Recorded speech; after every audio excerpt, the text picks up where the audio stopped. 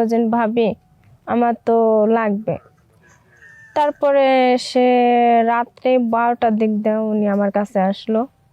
আসার পরে এমনভাবে দরজাটা টোকা দিছে যে না, দরজা খুললেও পারতেছি না, দেখা গেছে আমারও মনে চাইতেছে।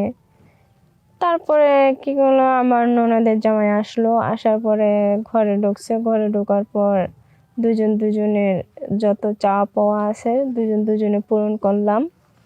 তো এক সময় দেখা গেছে এরকম করতে করতে প্রায় 5-6 মাস আমরা এনজয় করি, দুজনের চাহিদা মিটাই।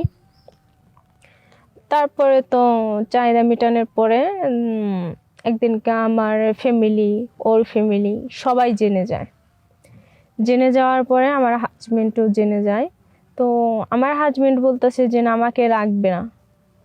কেন রাখবে না, মানে আমারও যে ননদ আছে, ননদের হাজবেন্ডের সঙ্গে আমি করেছি এজন্য। তারপর একদিনকে আমার ননদের জামাই বলল যে আমিও তোমার বোনেকে রাখবো না, তুমি যেহেতু ওনাকে রাখবা না আমিও তোমার বোনেকে রাখবো না। আসসালামু আলাইকুম দর্শক, সবাই কেমন আছেন? আশা করি সবাই ভালো আছেন। তো আপনারা আমার এই ভিডিওটা দেখবেন, তো লাইক কমেন্ট শেয়ারও করবেন বেশি বেশি করে। তো আমার নাম হচ্ছে যে ইয়াসমিন, আমার বাড়ি মানিকগঞ্জ।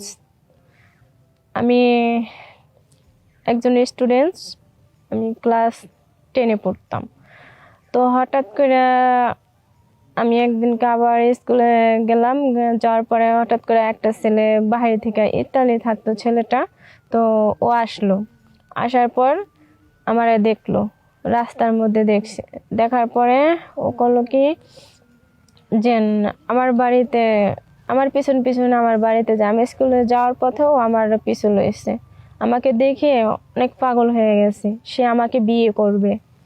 আমি তো ছেলেটাকে চিনি না, তারপরেও আমাকে বিয়ে করবে এরকম। 1-2-3 দিন সে দেখি, পরের দিনকে আমি বললাম যে আপনি আমার পিছু পিছু ঘোরেন কেন? সে বলে কি আমি তোমাকে বিয়ে করব। আমি কই কি না, আপনার কাছে আমি বিয়ে বসবো কেন? সে বলে যে না, তোমাকে আমার অনেক পছন্দ হয়েছে, আমি তোমাকে বিয়ে করব। তারপরে দেখা গেছে ও আমার বাড়িতে ঘটক পাঠায়। ঘটক পাঠানোর পর তারপরে আমার সঙ্গে ওর সঙ্গে বিয়ে হয়। বিয়ে হওয়ার ও বলছে যে ও দেশে থাকবে, ব্যবসা বাণিজ্য করবে। তারপরে এটা জেনে শুনে, মানে বিদেশি ছেলের কাছে আমার বাবা মা বিয়ে দিতে চায় না, এবং আমিও বিয়ে বসতে চাইনি। তো ছেলের বাবা মাও বলেছে যে না, ছেলে বাইরে থেকে আসছে, ছেলে ব্যবসা বাণিজ্য করবে, দেশে থাকবে, এটা বলছে। তারপরে বিয়ে হলো। বিয়ে হওয়ার মানে 18 দিন পরে ও বিদেশে চলে যায়। বিয়ের 18 দিন পরে চলে যায় সে। তাহলে আসলে দেখা গেছে কি, বিয়ের যে বউ রাইখা বিয়ের 18 দিন পর সে চলে যায়, তার অনুভূতিটা কিরকম হতে পারে। তারপর তো দেখা গেছে এরকম